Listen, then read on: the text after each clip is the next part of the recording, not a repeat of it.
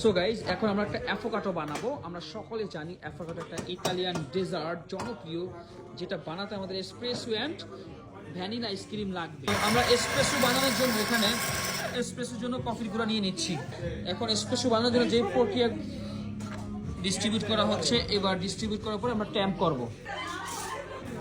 এখন মেশিন থেকে একটু পানি বের করা হচ্ছে ক্লিন করার জন্য। এরপর পটার ফিল্টার গ্রুভ হ্যান্ডেলের সাথে গ্রুভ হেডে লক করা হলো। এবার এসপ্রেসো সুইচ বাটন প্রেস করে দেন, সিঙ্গেল এসপ্রেসো বের হচ্ছে।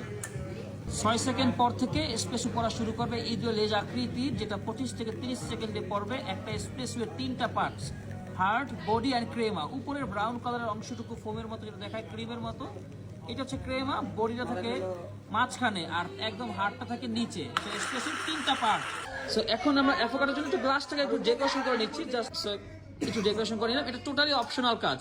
আমরা সকলে জানি ভ্যানিলা আইসক্রিম অবশ্যই 1 স্কুপ বড় করে, অথবা যদি ছোট হয় 2 স্কুপ। বড় বড় বড়, ইয়েস, গোল গোল হবে। ইয়েস, গ্লাসে দিয়ে দিলাম। যদি আপনাকে কেউ জিজ্ঞেস করে হোয়াট ইজ অ্যাফোকাটো, আপনি বলবেন যে affogato is a Italian dessert, it's made with espresso and vanilla ice cream. Okay, এই যে আপনার হাতে এসপ্রেসো ছিল, এটা দিয়ে দেবেন জোরে। ব্যাস হয়ে গেল আমাদের অ্যাফোকাটো। ফর এক্সট্রা ডেকোরেশন, ব্যাস একটু উপরে চকলেট দিয়ে দিলাম যাতে খেতে একটু মজা লাগে। ওকে, ব্যাস অ্যাফোকাটো অলমোস্ট রেডি। এবার আপনি একটু ট্রাই করে দেখুন কেমন লাগে। মজা ছিল, থ্যাংক ইউ।